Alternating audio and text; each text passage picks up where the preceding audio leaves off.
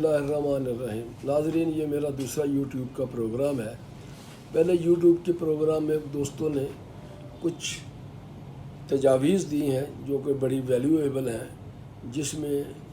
مجھے یہ ایڈوائز کیا گیا سب سے پہلے آپ کو اپنا تعارف کروانا چاہیے تھا اور اس کے بعد پہلا پروگرام آپ کا آن ایئر ہونا چاہیے تھا۔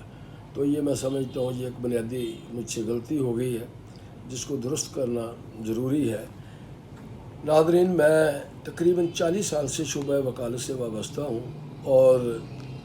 تقریباً 22-23 سال سے ایڈوکیٹ سپریم کورٹ ہوں، اور شعبہ وکالت کی صحرا نوردی میں ہائی کورٹ بار کا وائس پریزیڈنٹ رہا ہوں، ایڈیشنل ایڈوکیٹ جنرل رہا ہوں، اور اس کے علاوہ لاہور بار ایسوسی ایشن کا 98-99 میں سینئر وائس پریزیڈنٹ رہا ہوں۔ زمانہ طالب علمی میں ایم اے او کالج کا 1978-79 میں اسٹوڈنٹس یونین کا پریزیڈنٹ رہا ہوں، اور اس کے بعد لاہور کی جو تمام یونین اسٹوڈنٹس یونین ہوتی تھی اس وقت، جس کو لاہور اسٹوڈنٹ کونسل کہا جاتا تھا، اس کا بھی میں پریزیڈنٹ رہا ہوں، اور 1988 میں نے ایک صوبائی اسمبلی کا الیکشن بھی لڑا ہے۔ یہ میری ایک ہمبل بیک گراؤنڈ ہے، یہ وہ میرا ایکسپیرینس ہے ایک سیاسی کارکن کی حیثیت سے اور قانون کے طالب علم کی حیثیت سے،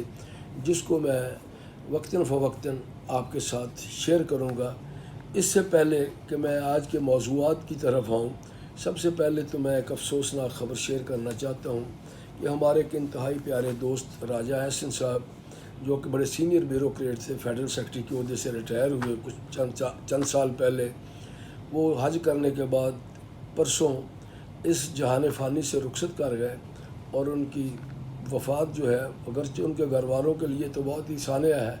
لیکن میں سمجھتا ہوں بیوروکریسی میں رہ کر جس طریقے سے انہوں نے اپنی خدمات سر انجام دی، وہ ایک رول ماڈل کی حیثیت رکھتی ہیں۔ وہ انتہائی اپرائٹ، آنیسٹ اور ڈیڈیکیٹڈ آفیسر تھے، جنہوں نے کبھی بھی بنیادی جو اصول ہیں اپنی سروس کے، جس طریقے سے انہوں نے اپنی نوکری کی ہے، انہوں نے کمپرومائز نہیں کیا، نہ اپنی ایمانداری پہ، دیانتداری پہ کو آنچ آنے دی،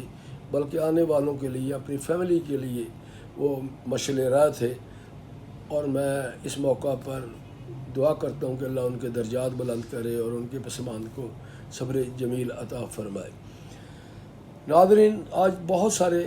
اہم موضوعات ہیں جس میں پارلیمنٹ کے اندر ہونے والی کارروائی، اسلامیہ یونیورسٹی کے اندر ابھرنے والا ایک جنسی سکینڈل، اور اس کے علاوہ پاکستان کا بھوک میں 99 number per out of 120 countries میں سے آنا، یہ میرے آج کے موضوعات ہیں جن پر میں آپ سے گفتگو کروں گا۔ اس میں سب سے پہلی بات یہ ہے کہ آج کل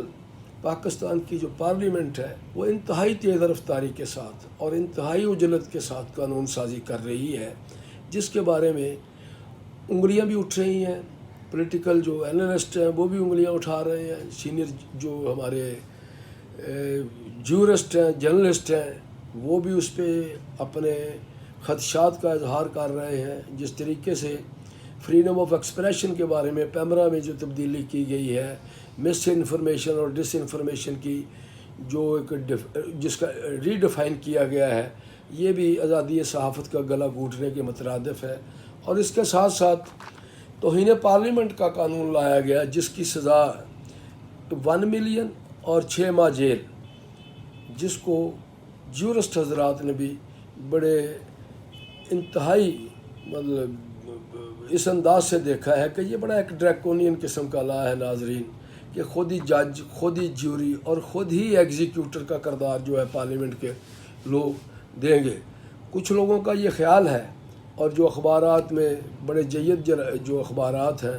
ان میں بھی تو یہ لکھا ہے، یہ ساری کی ساری جو قانون سازی ہے وہ سپریم کورٹ کی رفٹ کو سامنے رکھ کر کی جا رہی ہے، اور میں سمجھتا ہوں کہ اٹ از ٹوٹلی انفیئر۔ کیا یہ لوگ جو سزا دیں گے وہ رائٹ آف ٹرائل کو، قانون شہادت کو، باقی جو ٹیکنیکلٹیز ہیں لاز کی، کیا اس کو بھی سمجھنے کی دسترس رکھتے ہوں گے؟ کیا کوئی یونیورسل سٹینڈرڈ جو ہے کوئی لوگوں کو سزا اور جزا دینے کا، اس کے بارے میں بھی ان کو کوئی ایکویٹنس ہوگی؟ یہ ساری باتیں ایسی ہیں جس سے میں سمجھتا ہوں کہ پاکستان کی ایک جگ ہنسائی کا پہلو زیادہ ہے۔ پارلیمنٹ کو میرا خیال ہے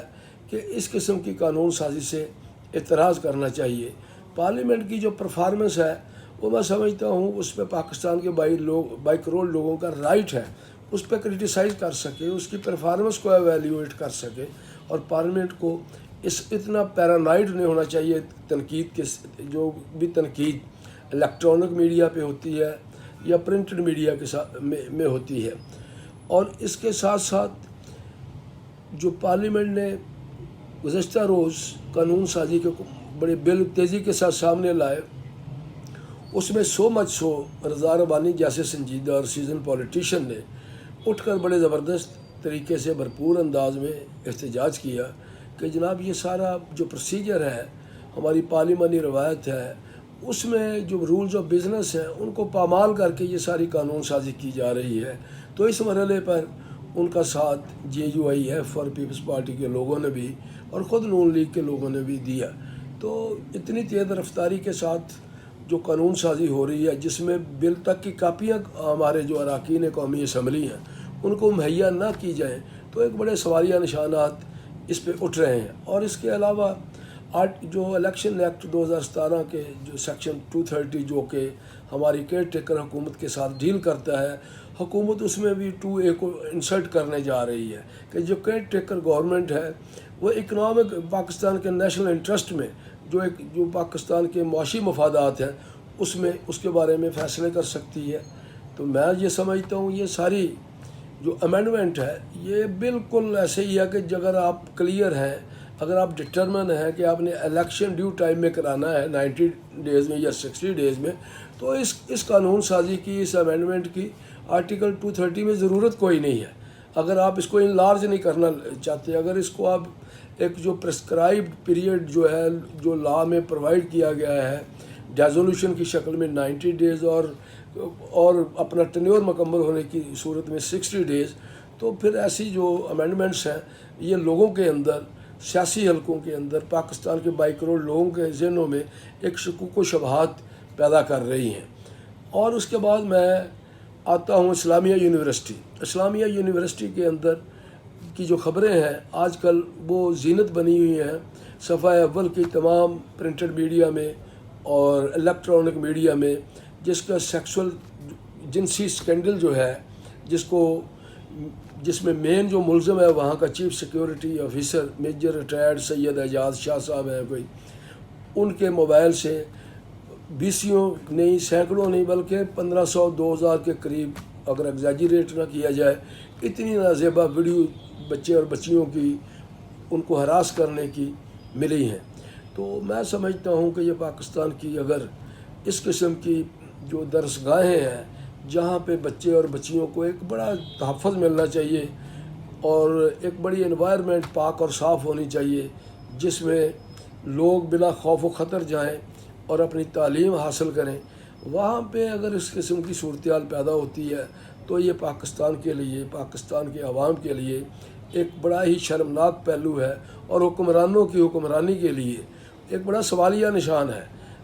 سامعین محترم، ناظرین محترم، اس سے پہلے بلوچستان یونیورسٹی کے اندر بھی ایسے ہی سکینڈل چھپا تھا، وہاں بھی کئی اساتذہ وہاں پہ ملوث پائے گئے، لیکن اس وقت بھی کسی نے اس پہ کوئی دھیان نہیں دھرا، نہ کسی پارلیمنٹ کے اندر آواز گونجی، نہ کسی سینٹ کے اندر کوئی کسی بندے نے توجہ دلائے نوٹس پہ اس ایشو پہ بات کی، نہ پاکستان کی قومی اسمبلی کے اراکین کو پاس ان باتوں پہ ڈسکس کرنے کے لیے کوئی وقت ہے۔ تو اب میں یہ سمجھتا ہوں پاکستان کی اعلیٰ عدلیہ کو ایک بڑا ہی ہائی جوڈیشل کمیشن جو ہے اس میں کانسٹیچیوٹ کرنا چاہیے ان ایلیگیشن کو، کیونکہ وائس چانسلر جو وہاں کے ہیں وہ بڑا اسٹرانگلی ریبٹ کر رہے ہیں ان تمام طرح ایلیگیشن کو۔ تو ان حالات میں یہ صورتحال اس بات کی متقاضی ہے کہ ہمیں ان یونیورسٹیوں کو ایسے ناپاک عناصر سے پاک کرنے کے لیے ایک بھرپور کارروائی کی ضرورت ہے، اور اس سے پہلے اس کی جو رسپانسبلٹی فکس کرنا اور جو ریکٹ اس قسم کے کاموں میں انوالو ہے ان کو ایک قانونی طریقے سے انرتھ کرنا انتہائی ضروری ہے۔ اور دوسری بڑی افسوسناک خبر یہ ہے کہ پاکستان کے بارے میں جو رپورٹ چھپی ہے اس وقت جو ریلیز ہوئی ہے، پاکستان بھوک کے حوالے سے، پاورٹی کے حوالے سے 121 ملکوں میں سے 99 پہ نمبر پہ ہے۔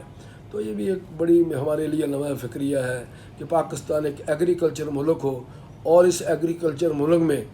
اگر پاکستان اتنا نیچے جا چکا ہے تو پھر یہ حکمرانوں کی نااہلی ہے، عوام کا کوئی قصور نہیں ہے۔ تو ناظرین، اب صورتحال جو موجودہ جس سے ہم گزر رہے ہیں اس میں صرف اور صرف ہمیں آج پہلے مرحلے میں ایک فری فیئر اور ٹرانسپیرنٹ لیول پلینگ الیکشن کی طرف جانا پڑے گا، اور اس کے بعد